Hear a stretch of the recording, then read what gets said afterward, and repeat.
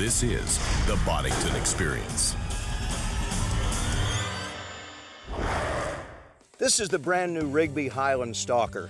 I've just got it in and just came from the range with it. Hey, it shoots really well. It came into zero very, very quickly.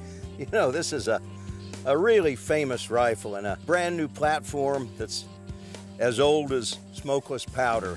Just a couple of years ago, John Rigby brought back the big game rifle in .416 Rigby, which is certainly one of their famous cartridges, but they wanted a smaller rifle that was for deer hunting and mountain hunting, and it's called the Highland Stalker because stalking stags in the Scottish Highlands is really one of the signature sports in the British Isles, and really, in many ways, the birthplace of deer stalking. That's the way they do it there, and so that's what this rifle is all about. It's also a wonderful piece of history. The Highland Stalker brings back the .275 Rigby Cartridge, truly one of the most famous cartridges in the entire world of hunting.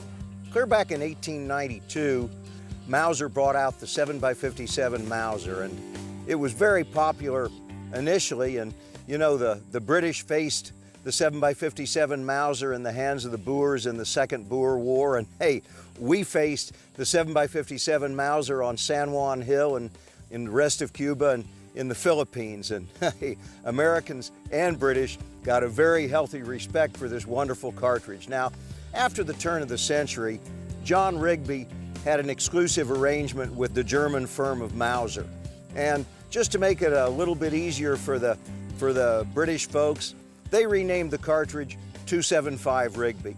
And at that time, they brought out a fast 140 grain load at 2,800 feet per second. Very, very fast for its day.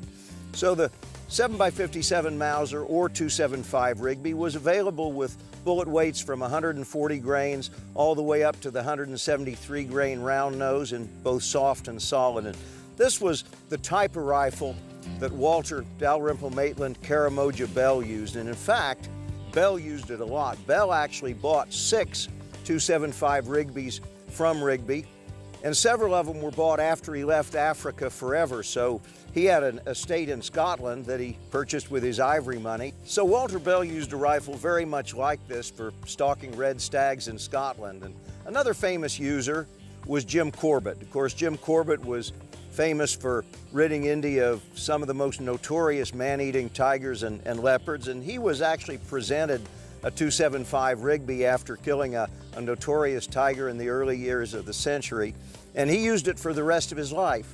After he retired, he left India and went to Kenya, and his .275 Rigby went with him. But you know, it's just as famous a hunting cartridge over here. Not widely known, but